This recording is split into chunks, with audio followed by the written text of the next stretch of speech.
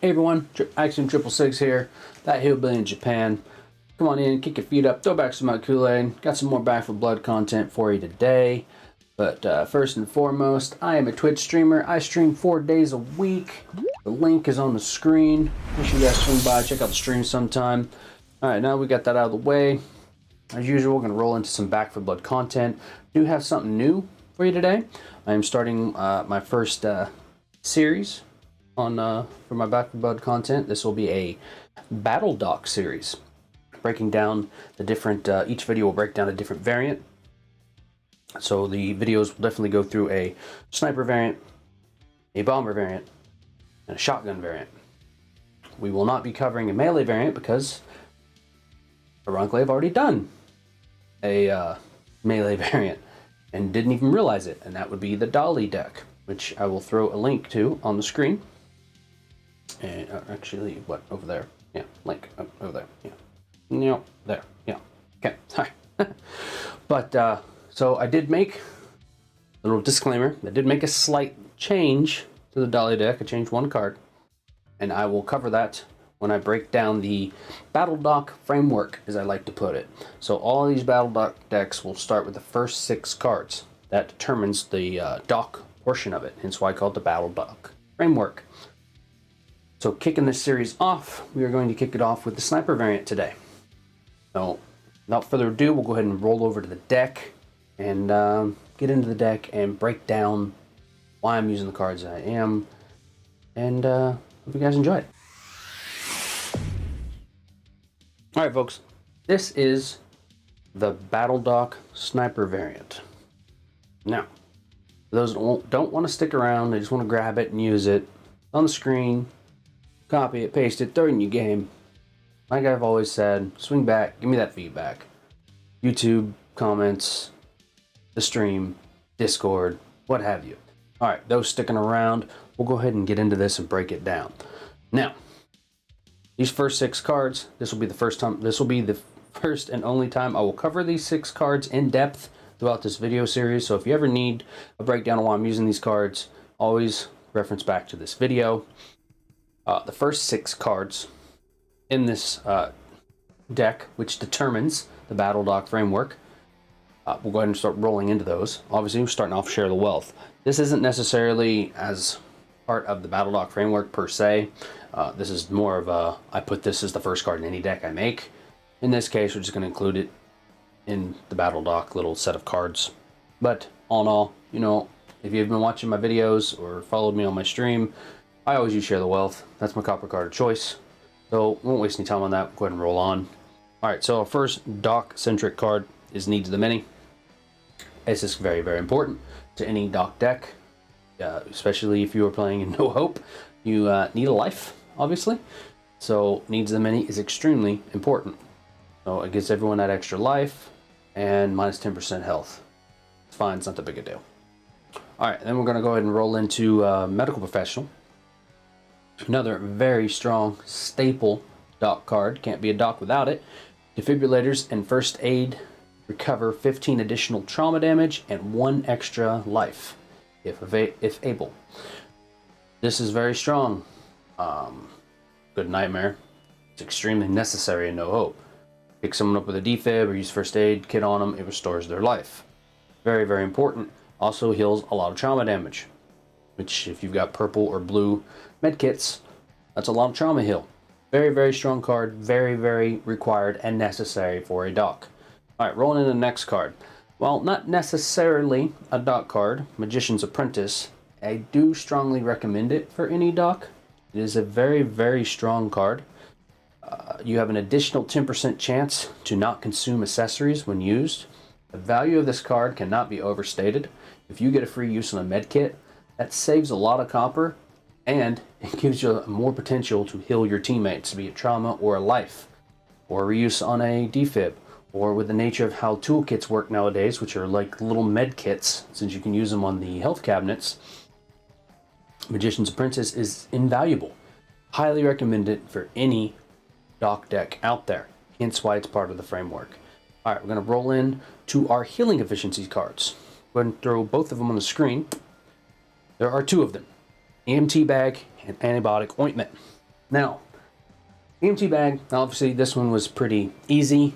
This is standard in any dock deck, even on dock decks that don't go heavy into healing efficiency. They pretty much all have EMT bag. There's not many that don't.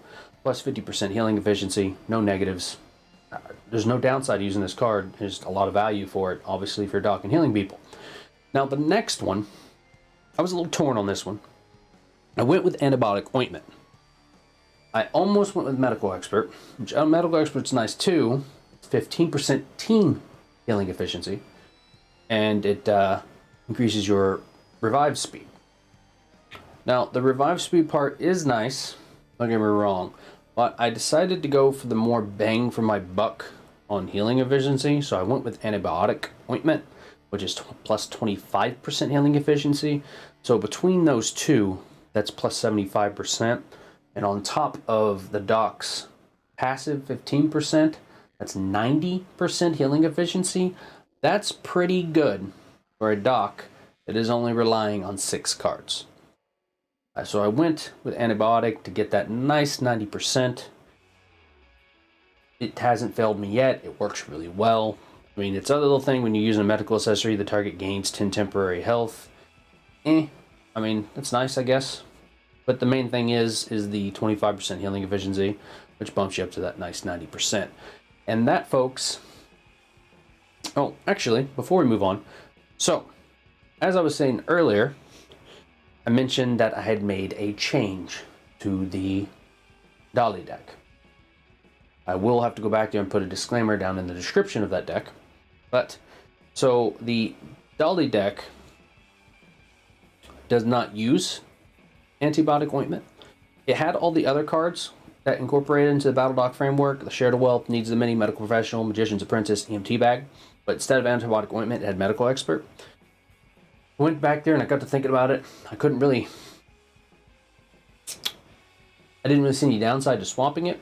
So I actually swapped Medical Expert for antibiotic ointment, which makes it join in to the Battle Dock framework and makes it my melee variant. So, again, I will throw a link to the Dolly deck on the screen, and I will have a disclaimer in the descriptions that I changed Medical Expert to antibiotic ointment. This is important. I mean, it's not a big deal, obviously. I mean, if you keep it as Medical Expert, that's cool too. I just want it to be uniform through my framework videos. All right, so that is the Battle Dock framework of this deck. Like I said, this will be the first and last time that I cover these first 6 cards in the upcoming variant videos. So if you ever want the in-depth on these again, reference back to the Sniper variant. Alright, so the next 9 cards decide the variant. This will be the theme for all the coming variant videos. So these next 9 cards determine it being a Sniper variant. So we'll go ahead and roll into the first card, which is Wide Mouth Magwell. With any Sniper, you do want a little bit of reload speed, in my opinion. You know, higher your reload, higher your DPS. And you probably end up with the Barrett anyways, which has a slower reload than the other sniper rifles. So any reload on it definitely ups its DPS. So I went with Wide Mouth Magwell. It is the highest reload of the ADS reload cards. Well, I mean, unless you're shotgunning. But we're not shotgunning in this case. So, 30% reload speed, minus 5% damage resistance. You're already a sniper, so minus 10 damage resistance isn't a big deal, because you should be hanging in the back anyways. So, I went with Wide Mouth for my reload card. And so the next card, which is Tunnel Vision. Now, Tunnel Vision I went with for the extra aim speed. And on top of that, you get the 15% weak spot damage. So it's kind of a hybrid card. It gives you a nice boost to your aim speed. On top of that, it's also a damage card. You do get another minus 5% damage resistance. There again, like I said, you should already be hanging in the back. You'll see in the footage in the background, I didn't really have a problem. You're sniping. So, I mean, unless you're running out of the wind. The only time you're really at risk is when you're running up to heal people. But obviously you choose the best scenarios and best time to do that. It's a learning curve, playing with minus damage resistance. You get used to it. It's not the big a deal. You get a lot more value out of Tunnel Vision than you do negative. So, yeah. And going into our first serious damage card, Glass Cannon. Staple for any gun DPS deck, Glass Cannon. Plus 25% damage, minus 30% health. Do remember, because of the minus 30% health and because it needs in the mini, you're actually losing 40% health, not 30. That might sound scary and daunting. It's fine. You can adjust to it. You might have to adjust your playstyle if you're not used to avoiding damage often. So like I said, if you already do that keep away playstyle, you'll be fine. Otherwise, you might have some adjusting to do. But you just can't get away from that 25% damage. It's multiplicative, increases the heck out of your sniper damage. You gotta have it. Alright, so we're gonna roll on to the next damage card. Silver Bullets. Pretty standard DPS card. Plus 10% bullet damage, plus 15% effective bullet range. Effective bullet range isn't that big a deal on a sniper. They don't have that much fall off anyways, but still, a little bit of range can hurt. It's that 10% bullet damage is what we really want, which is nice. So we'll go ahead and move on to the next damage card, which is Patient Hunter. This one's pretty staple in any sniper deck. Obviously, you'll be aiming down sights a lot. Every 0.75 seconds you aim down sights, increase your bullet damage by 10%, up to 3 stacks. So that's potential 30% bullet damage in a very, very short time. Especially since you'll be looking down the barrel or your scope a lot, that will be stacked up to 3 very often, especially when you're fighting bosses, obviously. This is a very, very, like I said, very stable, very big sniper staple card out there. Definitely highly recommend it for any sniper deck, or pretty much any deck where you're going to be aiming down sights a lot. You'll still get value, even if you don't get the full stack. You still get some value, even if it's just 1 stack, 2 stack. Value is value. Good card. All right, we're going to move on to the next one. We got Confident Killer, another pretty standard DPS card. It's got some wind up on it, as I've stated in the past in other decks. Every time you kill a mutation, you gain 1% damage, up to 15%, but it lasts until the end of the level. Hence what I mean, it has wind up. A lot of mutations in No Hope, or even Nightmare if you happen to be using this in Nightmare. Getting 15 special kills as a team does not take long, and boom, you've got 15% extra damage until the end of the level. Really strong card, recommend it for any DPS deck if you've got the space. Alright, we're going to move on. We got the big daddy of weak spot damage cards, which every sniper deck should have in it. Plus 50% weak spot damage, minus 40% move speed while shooting or melee attacking. Hyper Focus is just a really good card for snipers. Some people are turned off by the minus 40%. You're sniping, you're not moving around a lot when you're shooting anyways. Shouldn't be a big deal. And not to mention, as soon as you stop shooting, it turns off. It's not a big deal. Don't be daunted by the big minus 40%. You probably won't even notice it. Rolling on, we've got large caliber rounds. Another really good strong card. 7.5% bullet damage, plus 200% bullet pin. The bullet pin here is very, very important. Sometimes in these big hordes, you'll see specials in the back.